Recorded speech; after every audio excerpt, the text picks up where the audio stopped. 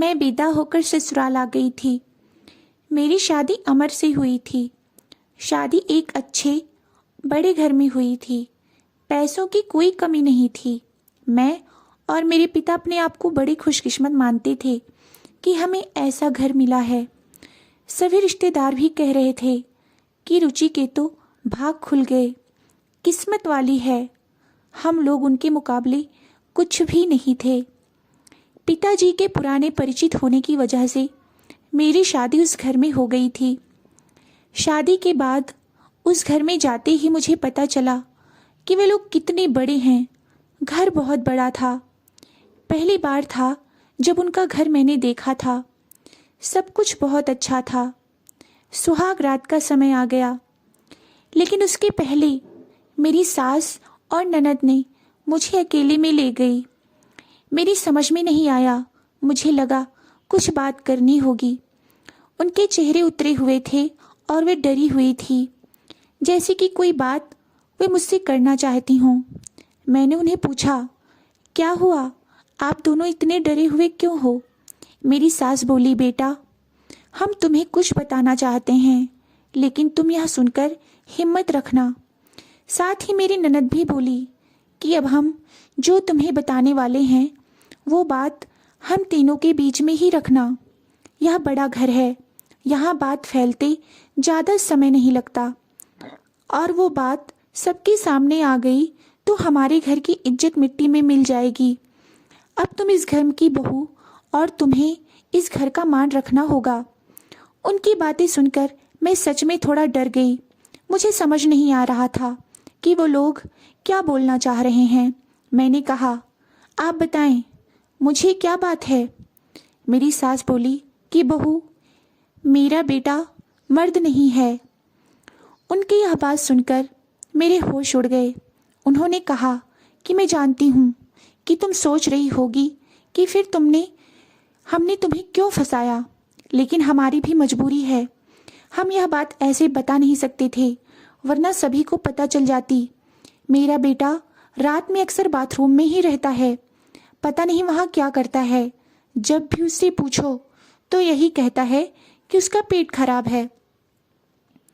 कमरे में जाने के पहले अपने पति के लिए यह सब बातें सुनकर मुझे समझ नहीं आ रहा था कि मैं क्या करूं।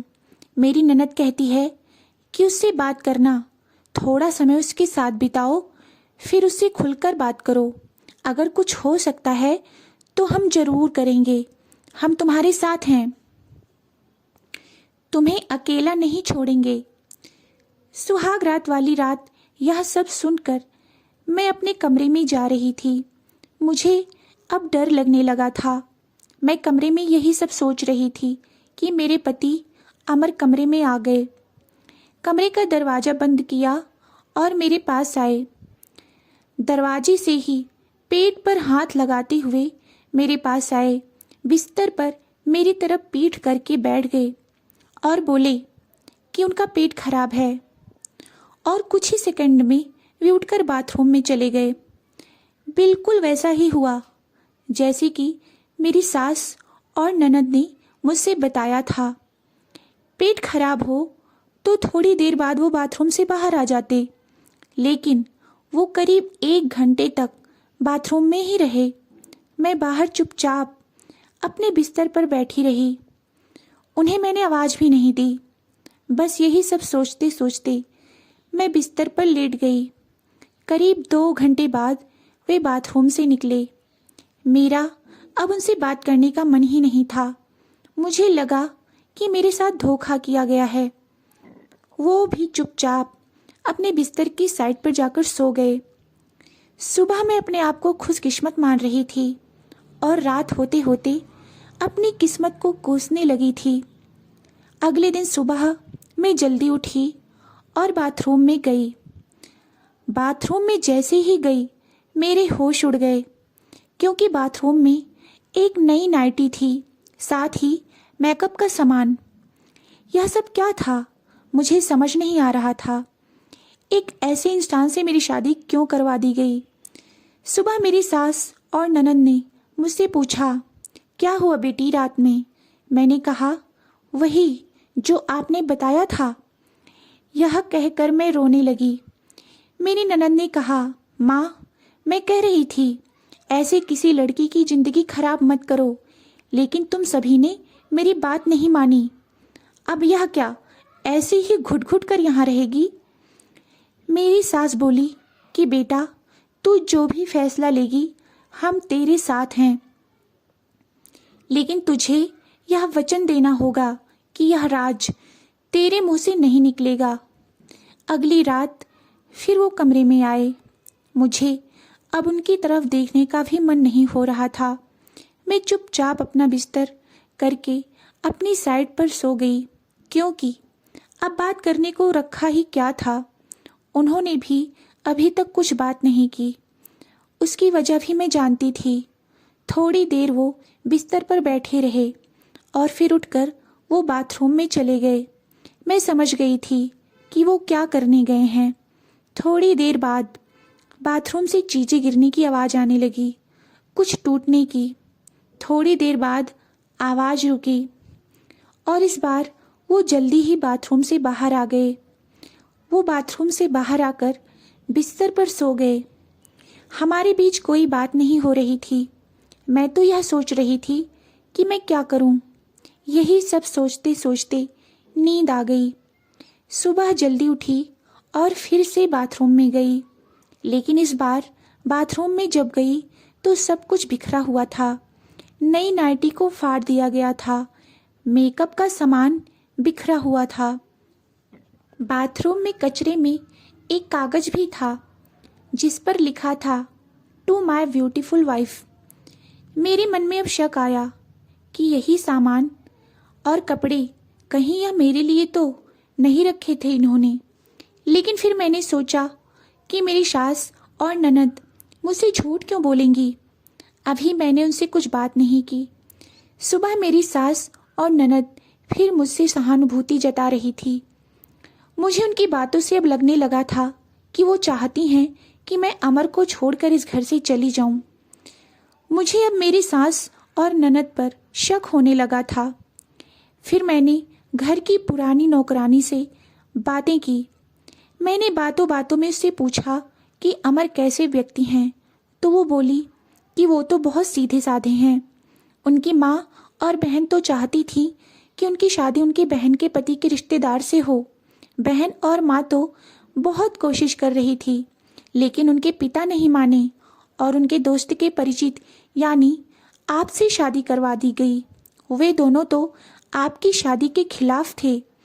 कई दिनों तक घर में विवाद भी होता रहा था, लेकिन तुम्हारे पति अमर ने कहा था कि पापा जो बोलेंगे वही करेंगे।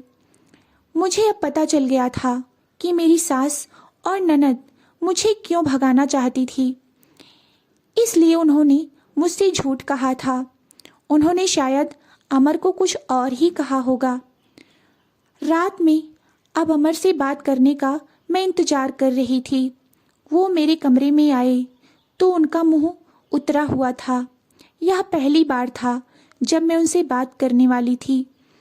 उनके आते ही मैंने कहा, आप मुझसे कुछ बात तो करना नहीं चाहते? तो वो बोले, अब बात करने को क्या रखा है। पापा का विश्वास था कि वो घर अच्छा है, इसलिए मैंने माँ और बहन की ना सुनकर तुमसे शादी की और तुमने सच छिपाया। मैंने बोला, कैसा सच? यह सच कि तुम मुझसे शादी नहीं करना चाहती थी। तुम्हारी जिंदगी में अभी भी कोई और है। यह बात तुमने ही तो माँ को बताई थी। घर की इज्जत और पापा के कारण मैं चुप हूँ, कुछ कदम नहीं उठा रहा हूँ। और मैंने भी देख लिया, सुहाग रात जिंदगी में बहुत स्पेशल होती है, लेकिन मेरे बाथरूम में 2 घंटे रहने पर भी तुम्हें फर्क नहीं पड़ा। माँ ने सही कहा था कि तुम आवाज़ भी नहीं दोगी, बात भी नहीं करोगी। मैंने बोला, बाथरूम में रुकने को तो उन्होंने कहा था, और वो कपड़े और मेकअप वो मेरी बहन ने रखा था। कहा था पहली रात का गिफ्ट है तुम्हारे लिए, बाथरूम में रखा था।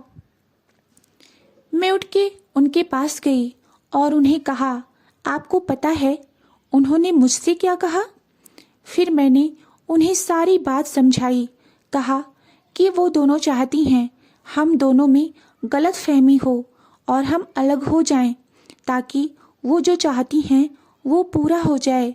उन्हें गुस्सा आया, लेकिन मैंने कहा नहीं, अब हम इस बात को यहीं ख़त्म करेंगे और किसी को कुछ नहीं कहेंगे। उस रात मेरी सारी परेशानी और गलत फहमी दूर हो गई।